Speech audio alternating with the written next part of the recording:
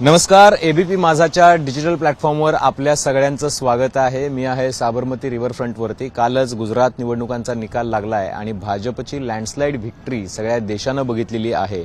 आता लोकसभा निवडणुका ज्या आहेत त्या उण्यापुऱ्या 1.5 वर्षांवरती आहेत आणि अशा स्थितीत असताना केवळ 16-17 जागांवरती जो कारभार आटोपलेला आहे काँग्रेसचा, तर ती काँग्रेस लोकसभेमध्ये 24 मध्ये कशी टक्कर देणार? पुढच्या एक वर्षभरामध्ये 3-4 विधानसभा निवडणुका आहेत, राजस्थान आहे, कर्नाटक आहे, तर त्याच्यामध्ये काँग्रेसचं नेमकं काय होणार?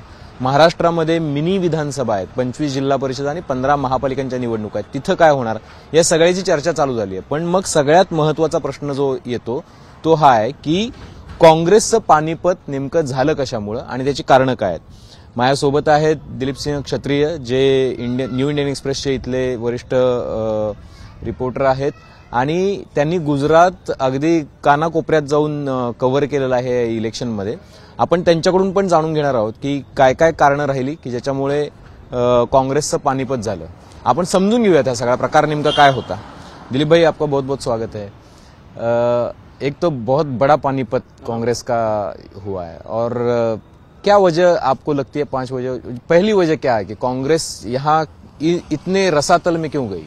सबसे बड़ी वजह जो है, जो आप भी देख सकते हैं कि कांग्रेस है ना एक्चुअली भाजपा को और बेसिकली नरेंद्र मोदी और अमित शाह की लीडरशिप को समझ ही नहीं पाई। अगर आपको गुजरात में लड़ना है ना, तो आपको सबसे पहले ये समझना होगा कि गुजरात की लड़ाई भारत के बाकी के राज्यों से अलग लड़ाई है। यहाँ पे चेहरा और मुद्दा नरेंद्र मोदी, यहाँ पे चेहरा और मुद्दा अमित शाह है। तो अगर आपको उनसे लड़ना है या उनके पार्टी से लड़ना है ना, तो आपको उस लेवल का नेता यहाँ पे खड़ा करना पड़ेगा। आप मुझे कांग्रेस में पिछले 15-17 सालों में या 20 सालों में कोई भी एक ऐसा नेता बताओ कि जो नरेंद्र मोदी के सामने खड़ा हो पाए। गुजरात के लोग, या जितने साल से मैं कवर कर रहा हूं, गुजरात के लोग नरेंद्र मोदी के साथ एक कनेक्ट फील करते हैं। वो पीएम बनने के बाद भी वो ये मानते हैं नरेंद्र भाई हमारे हैं। आप इवन उनके प्रचार में भी देखें तो वो जब जितना भी प्रचार किया ना, उसमें उन्होंने क्लियरली बोला है कि आप मुझे प्रधानमंत्री मत बोलो, हूं तमारो नरेंद्र भाई छू, मतलब मैं आपका नरेंद्र भाई हूं, don't call me prime minister. So ये उनका कनेक्ट है। अगर ये कनेक्ट आप नहीं तोड़ पाएंगे तो जीतेंगे कैसे? आप समझिए बाकी के मुद्दे जो है ना, देखिए महंगाई था, मैं ग्राउंड पे घूमा, महंगाई था, रोजगारी था, अनएम्प्लॉयमेंट था, सारे मुद्दे थे। पर जहां मोदी आता है ना, वहां गुजरात के लोग ये मानते हैं कि नहीं भाई हमारा बंदा ये जीतना चाहिए। तो ये चीज है ना, कांग्रेस कहीं समझ नहीं, वो उनके सामने ऐसे नेता खड़ी करती है कि जिनका गुजरात में खुद का ही कोई कनेक्ट नहीं है। आप समझिए कि जगदीश ठाकुर जिन्होंने यहाँ पे उनको पार्टी प्रेसिडेंट बनाया था, वो खुद ही नहीं जीतते उनका इलेक्शन। अब आप उनको मोदी के सामने लड़ने खड़ा कर दे तो आप बताओ कैसे जीतोगे?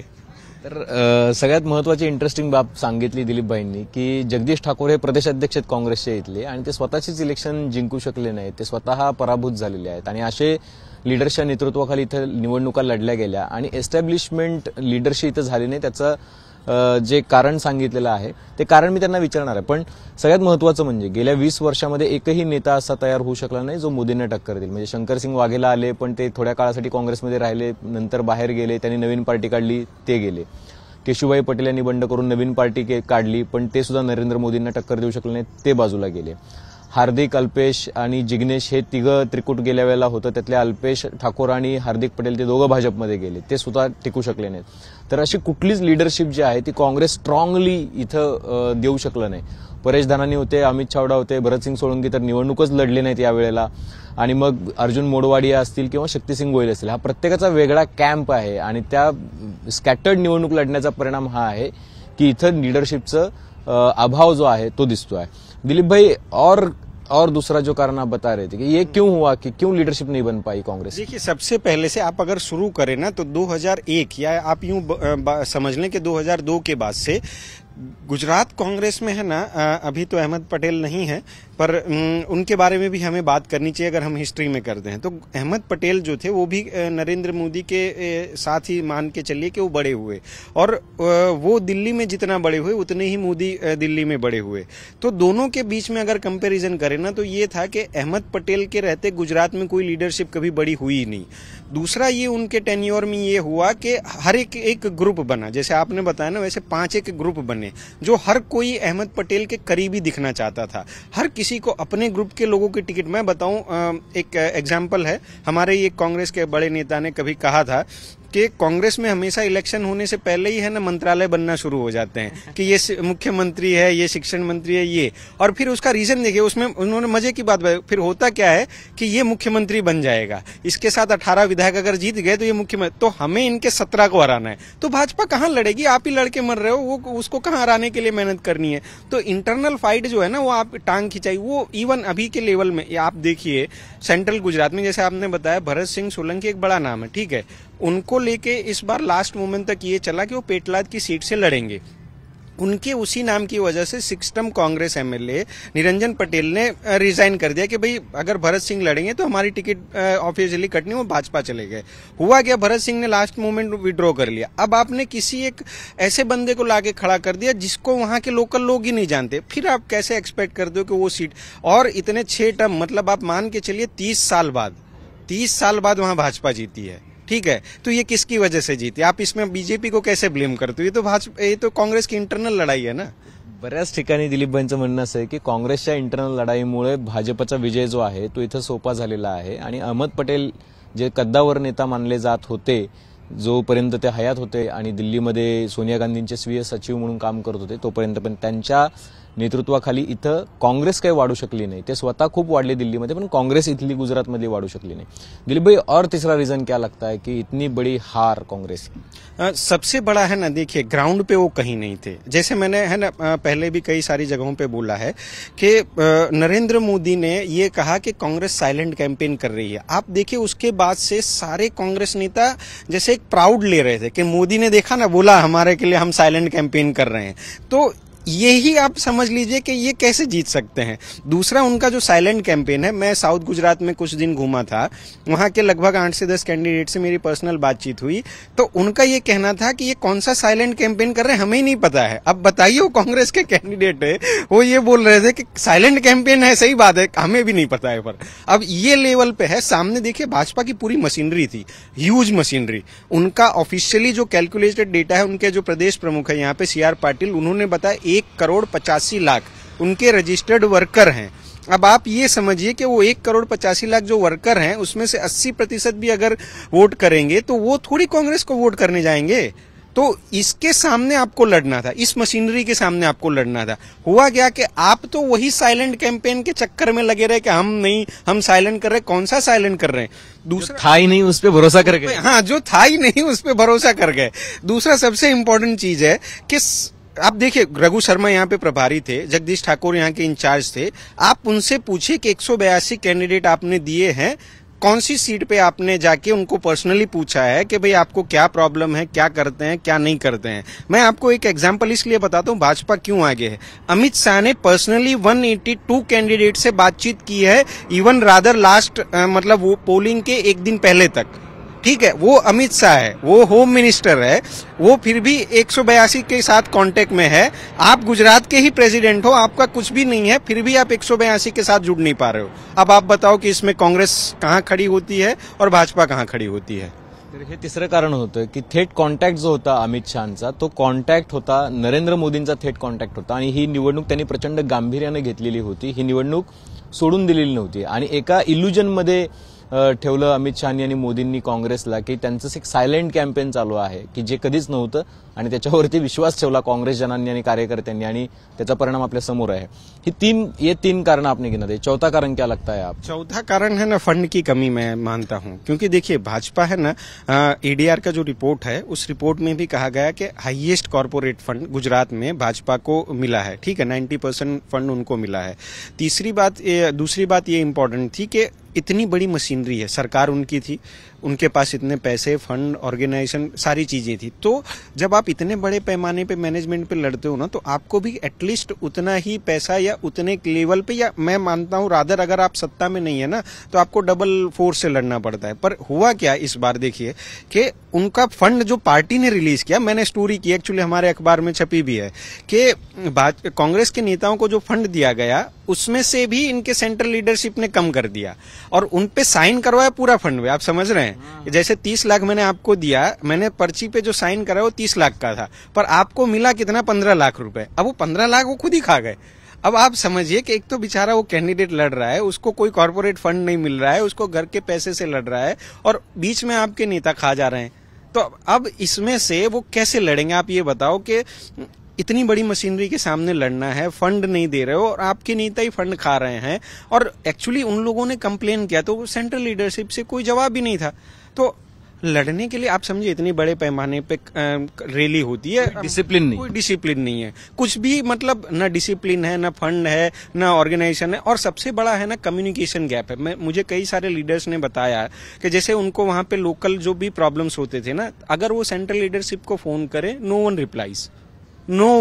रिप्लाइज। वो क्या, और इस बार और एक अगेन जो मैं कम्युनिकेशन गैप बताता हूं, पवन खेरा और आलोक शर्मा उनके प्रवक्ता थे जो दिल्ली से यहां डिप्लॉय किए गए, वो मीडिया के साथ कम्युनिकेशन कर रहे थे। अब आप समझो कि जो बंदे को गुजरात की ही समझ नहीं है उसको आप मीडिया कम्युनिकेशन में डाल देते हो। जो यहाँ के लोकल बंदे कम्युनिकेट कर रहे थे ना, उनको एकदम साइडलाइन करके, मतलब वो तो ऑफिस पे भी नहीं आते थे। तो ये कम्युनिकेशन गैप, फंड और ये सारी चीजें, मतलब मैं मानता हूँ ये भी बहुत बड़ा मुद्दा था इस बार में। बहुत बडा. जब कुठला एखादा रिपोर्टर ज्याला ग्राउंडवरती काम करतो ना, त्यावेळेला असे कंटेंट बाहेर येतात की जे कंटेंट आपल्या सामान्य प्रेक्षकांपर्यंत पोहोचत नाहीत, की कशामुळे हारली काँग्रेस. कालपासून त्याचं जे विश्लेषण चालू आहे ते केवळ आपला घेऊन चालू आहे, एका मुद्द्याला घेऊन चालू आहे. पण हे जे 4 मुद्दे दिलीपभाईंनी सांगितले हे अत्यंत महत्वाचे मुद्दे आहेत की ज्या मुद्द्यांमुळे भाजप जिंकली तेच मुद्दे जे आहेत ते काँग्रेसमध्ये मिसिंग दिसत होते. मैंने अभी यही बोला कि जो रिपोर्टर अभी काम करता है, आप समझ भी गए होंगे ग्राउंड पे. तर तो 5वां मुद्दा जो है वो मैंने अभी आपका भी जिक्र किया. तो आपको लगता है कि ये बहुत बड़ा मुद्दा रहा 5वां और जिसकी वजह से भी कांग्रेस हार गई? देखिए, कांग्रेस के अगर गिनाने जाए ना, मैं 5 नहीं, मैं 50 मुद्दे गिना सकता हूं, और वो आज से नहीं है। ऐसा नहीं है कि ये 22 में हुआ है, ये 2002 से शुरू हुआ है। आप है ना, एक्चुअली भाजपा को जब तक समझेंगे नहीं ना, तब तक आप जीत नहीं पाएंगे। वो आपको उनकी, अगर वो कहते ना, एक हिंदी में कहावत है कि अगर आपको किसी को, दुश्मन को मात देनी है ना, तो पहले आपको दुश्मन की तरह सोचना पड़ता है, फिर आप उसको मात दे सकते हैं। आप वही 90-30 की आइडियोलॉजी में बिलीव करके आज के जमाने में, मैं आपको उसका एक सिंपल सा एग्जांपल देता हूं। आप नरेंद्र मोदी और अमित शाह ने फर्स्ट टाइम यूथ वोटर के लिए बहुत सारा अपील किया। इवन जब आपने देखा अगर थे यहाँ पे, तो अमित शाह ने वोटिंग करने के बाद फर्स्ट टाइम वोटर, और उसको बहुत फोर्सफुली कहा गया। उसका जो डेटा है वो अगर देखेंगे तो फर्स्ट टाइम वोटर है ना, इस बार सबसे ज्यादा है, यूथ है। अब उसको टेक्निकली समझिए कि 27 साल से कांग्रेस है ही नहीं यहाँ पे, तो जो यूथ है ना, उसने तो आपकी सरकार देखी नहीं है, तो वो कैसे आपकी विचारधारा में, तो आपको पहले तो उनको कन्विंस करना पड़ेगा। अब यूथ, आप और मैं दोनों भी हैं और बाकी के लोग भी हैं, तो वो इंप्रेस कैसे होता है? सबसे उनका मेजर माध्यम जो है ना, सोशल मीडिया है, कि वो जनरली फोन में देखे कि आज एवरेज यूथ जो है वो 5 से 7 आवर्स मोबाइल में या सोशल मीडिया पे देता है। कांग्रेस की आप सोशल मीडिया प्रेजेंस इस बार निकाल लीजिए, वो मैं मानता हूं आपसे भी वर्स्ट थे। वो फर्स्ट टाइम वोटर को, अब आप वोटर को ही नहीं अट्रैक्ट कर पा रहे हो, फिर आप वोट कैसे एक्सपेक्ट करते हैं? आपने एक वो कैंपेन चलाया, कांग्रेस नु काम बोले, मतलब कांग्रेस का काम बोलता है, पर काम कब बोलता है? आप 27 साल पहले का था, तो 27 साल पहले के काम अगर आप 27 साल बाद की जनरेशन को समझा रहे हो तो उनको उस वे में समझाना पड़ता है। मैं ये आपको ये कहानी सुनाऊं कि मेरे दादाजी थे और वो ये करते थे, तो कन्विंसिंग नहीं है आज के जमाने में। आप प्रैक्टिकल हो जाओ उसके लिए कि भाई वो कन्विंसिंग नहीं, उसके लिए आपको उनकी भाषा में समझाना पड़ेगा, तो आप तो कहीं उस पे थे ही नहीं। और दूसरी सबसे बड़ी बात है कि आपके कोई भी बड़े नेता है, आप 5 नेता गिनवा लीजिए। आप जगदीश ठाकुर को शुरू करिए, आपके लीडर ऑफ अपोजिशन खुद सुखराम राठवा हार गए, आपके शक्ति सिंह है, अर्जुन मोढवाडिया को छोड़ दीजिए, भरत सिंह को ले लीजिए। कौन से नेता का खुद का मास बेस है कि जो आपको 5 सीट जिता सकता है? कोई भी नहीं है। तो पहले तो आपको लोकल लीडरशिप खड़ी करनी थी ना, फिर आप उसके सामने लड़ोगे। तो ना आपकी लोकल लीडरशिप है, ना आपकी सोशल मीडिया प्रेजेंस है, ना आपको कन्विंसिंग पावर है, ना आपके पास कोई मुद्दे हैं। और सबसे बड़ी बात है ना, मैं आपको आपके चैनल पे मैं आपको आज फिर क्लियरली बोलता हूँ, आप इसको रिकॉर्ड करके रखिए। आज कांग्रेस आ रही है ना, अब अगला इलेक्शन नहीं होगा ना जब तक, तब तक ये लोग साइलेंट मोड में चले जाएंगे, साइलेंट वोटर की तरह चले जाएंगे। फिर ये कम निकलेंगे, पता है कि जब 2-3 महीना इलेक्शन का रह जाएगा ना, तब एकदम से सब कूद पड़ेंगे। और भाजपा मैं देख रहा हूँ, देखिए मैं अगेन फिर इसीलिए बताता हूँ, भाजपा का भी आप आज से नोट कर लीजिए, इन लोगों का कैंपेन 5 साल में कितना कैसे चल रहा है। ये सत्ता में है, ये 27 साल से सत्ता में है, पर एक भी दिन आप इनके पर्सनल वर्कर से पूछिए, हर दूसरे दिन कोई ना कोई कार्यक्रम प्रजा के बीच ये वो, तो आप इनसे लड़ रहे हैं। आप विरोध पक्ष में हो कि आप साइलेंट कैसे हो सकते हैं? 24/7 जो सत्ता में है उनसे आप कभी कभार लड़ रहे हैं? कभी कभार लड़ रहे, और कभी कभार मतलब मेरी कन्वीनियंस, जब मेरी नींद खुलती है, जब मैं सो के कंफर्टेबली मेरा शरीर आराम करके उठता तब मैं लड़ने जाता हूं, और फिर मैं प्रजा को बदनाम करता हूं कि भाई इसने वोट नहीं दी। कहां से देगा भैया? उसके वहां कुछ भी होता है तो भाजपा का कार्यकर मिलता है, उसके वहां वो देखता है पूरे दिन के भाई भाजपा वाले आज यहाँ आए थे। मैं बताऊं, मेरा एग्जाम्पल देता हूं, मैं जहां रहता हूं ना, वहां पे कैंपेन के लिए भाजपा के जो नेता जो एमएलए लड़ रहे थे, पूरी हमारी एक सोसाइटी है, वहां पे कम से कम वो 10 बार आए, आम आदमी पार्टी वाले 3 से 4 बार आए। एक बार भी कांग्रेस का जो कैंडिडेट है वो बता दे कि हमारे उधर निकला भी था। मैं तो प्रचार तो दूर की बात करता हूं, और फिर आप एक्सपेक्ट करोगे कि हम सायलेंट होकर उनको वोट कराएंगे, तो ऐसा तो नहीं है ना पॉसिबल।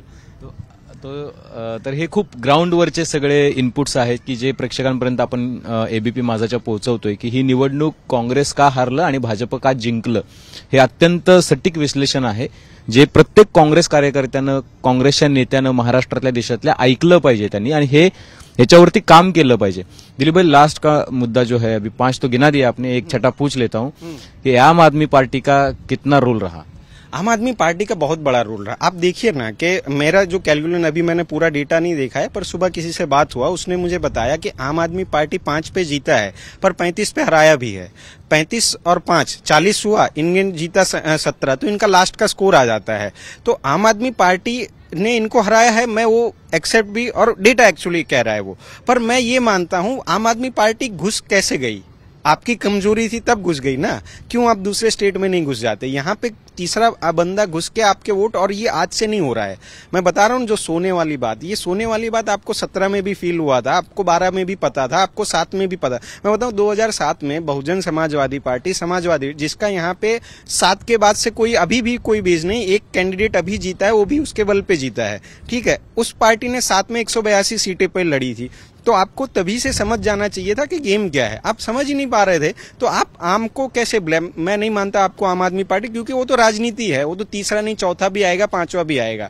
अगर वो आपका खा रहा है ना, तो ये आपकी मजबूरी है कि मैं आपका वोट खा गया। 100% ये बात सही है कि आम आदमी पार्टी की वजह से बहुत बड़ी हार कांग्रेस की हुई है, पर कांग्रेस भी उतनी रिस्पॉन्सिबल है कि आपका वोट कोई एक नई पार्टी आके कैसे खा सकती है, क्योंकि आपकी मजबूरियां है ना। अगर आपकी मजबूरी नहीं होती तो कोई भी, अब मेरा, आप समझ रहे हैं, आप भी महाराष्ट्र में देखते होंगे कि शिवसेना या फिर ऐसा तो नहीं हो सकता कि दूसरों को ज्यादा वोट में, दूसरे को ज्यादा मार्क्स मिल गए इसलिए मुझे कम मिल गए। बस ये वही वाला आर्ग्यूमेंट है ना कि भाई आपको मार्क्स ज्यादा मिल गए इसलिए मैं फेल हो गया। भैया मैं पढ़ाई नहीं किया था, ये क्यों मैं नहीं बोला। आप और हम दोनों एग्जाम दे रहे हैं, ठीक है, आपके मान लीजिए 45 आए और मैं 18 पे फेल हो जाता हूँ। मैं ये आर्ग्यूमेंट, आप मुझे बताओ कैसे कि आपके 45 आए ना इसलिए मेरे 18 आए, ये आर्ग्यूमेंट कहां तक वैलिड है? तो मैं उस आर्ग्यूमेंट से बहुत दूर हूं, या मैं उस पर बिलीव नहीं करता कि आम आदमी पार्टी ने आपको हराया। आम आदमी पार्टी ने हराया तभी ना जब आपने स्पेस दिया है। When ever you don't provide space, तो कैसे वो घुस जाते? और ये तो और पहली बार होता ना तब भी हम कन्विंस हो जाते, चलो पहली बार कोई घुसा है। ये तो 2002 से घुस रहा है, हर बार तीसरा कोई घुस जाता है और आप सोते ही रहते। तो मैंने बताया ना, साइलेंट और स्लीपिंग मोड, ये जो कांग्रेस को है ना, ये खत्म कर रहा है। तर दिलीपभाईंनी सांगितले की सायलेंट आणि स्लीपिंग मोड जो आहे तो काँग्रेसला संपवून टाकतोय की काय, अशी सिच्युएशन क्रिएट झालेली आहे।